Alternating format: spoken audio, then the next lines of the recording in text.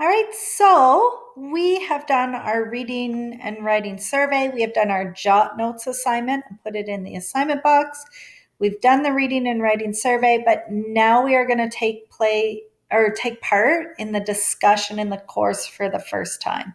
So you need to have your reading and your writing survey open. You need to have it filled out. And then over in the discussion area, you are going to make a response about your reading and writing survey results. So there is a video here, directions how to create a discussion thread. You can watch that one. That was part of your welcome. Oh, sorry, this one's in writing. In the welcome area, you're also going to see, so these are step-by-step instructions in writing.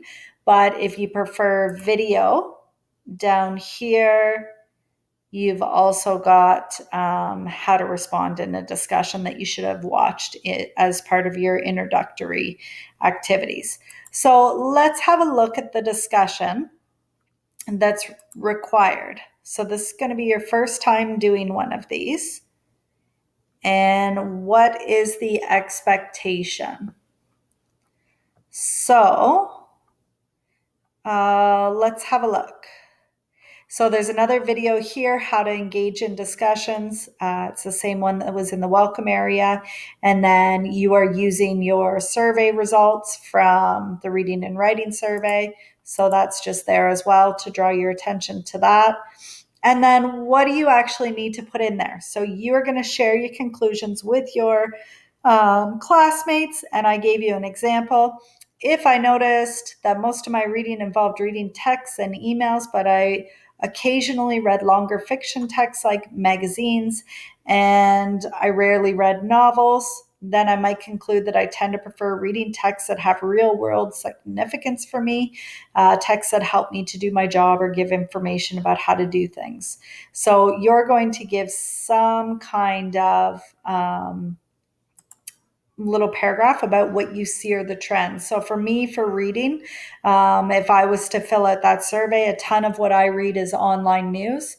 So I'm constantly on online news. I'm also always on online courses and reading a lot of different textbooks and things just because of my job. So I might conclude that I don't have a lot of free time to read for enjoyment. So I don't get to pick the books that I really like to read and spend some time with a good book because I just find I'm constantly reading other things. So if I want to read something for enjoyment, it might be looking at the news, that sort of thing. But I find a lot of my time is wrapped up in online course materials and different courses that I'm teaching. So I would shorten that up into a smaller response. Remember things like capitals, periods, those sorts of things matter. So take your time. You may wish to write your response here under your reading and writing survey and then copy and paste it over because it has better detection of errors there than in the discussion area. The second part is you have to find somebody who has similar reading or writing habits and then copy on their preferences. So you won't be able to see what anybody else posts until you post yours. That's one thing with discussions. So sometimes people worry about repetition, but you won't get as much or a repetition of ideas. However, I kind of like it that you don't see somebody else's post before you make your own post. So let's go in here. Yeah, I'm in as a student. So you will click on this hyperlink up at the top and say you're ready to make your post. The instructions are all there. There is a rubric here. Remember, it's an online space. Sometimes people words can come across harsher maybe in the online environment. So you want to make sure to really take your time and think about how you are engaging, and make sure that you are being appropriate in the way that you respond to somebody else, as well as how you word things yourself. So just remember that in an online environment, people can take things the wrong way. Or interpret things a little bit differently because they're not seeing things like your facial expressions or your hand gestures or your body language. They just see the words that are in front of them. So make sure that you think about that while you're writing your post. So, what do I need to do? I know I need to do something similar to this. So I'm going to just Control C that. And then I'm going to start my new thread. I am Miss Allison. So I might say something like, I notice that most of my reading involved, actually, this is kind of true, reading texts and emails. Texts and emails. And I might say, as well as online news articles, period. You don't have to copy and paste, but it kind of gives you a template to start from for your first discussion. So I occasionally read longer nonfiction texts like magazine articles, and I rarely read novels. So that's actually true for me.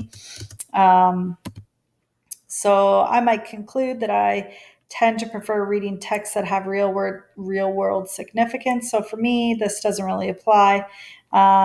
So I would say something like, I read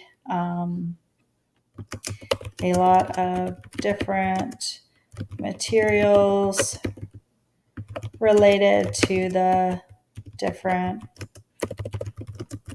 curriculum areas that I teach in.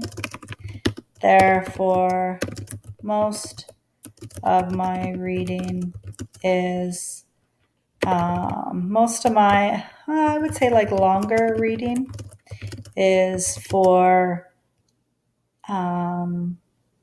work and not pleasure.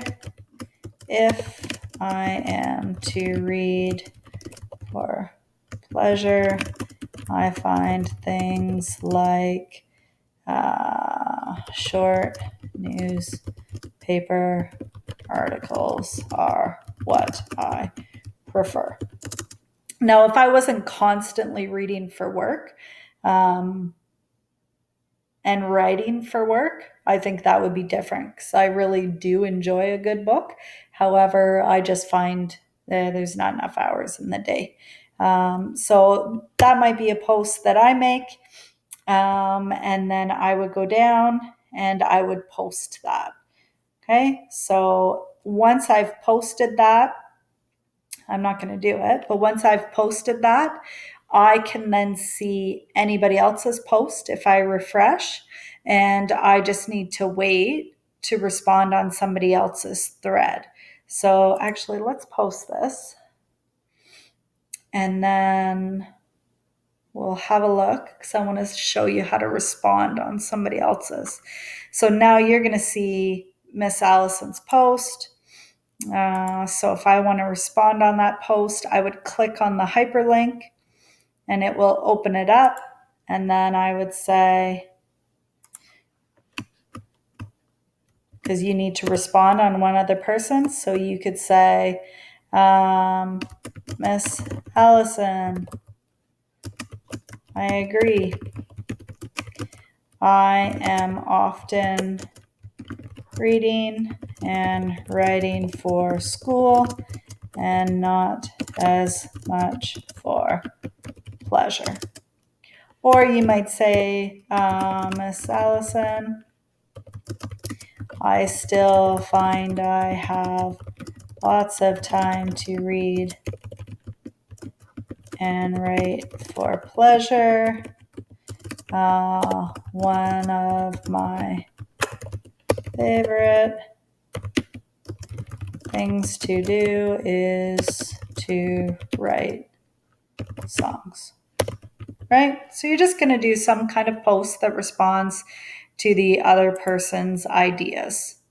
So maybe I'll leave that up there so that you guys have an example. I think I like that idea.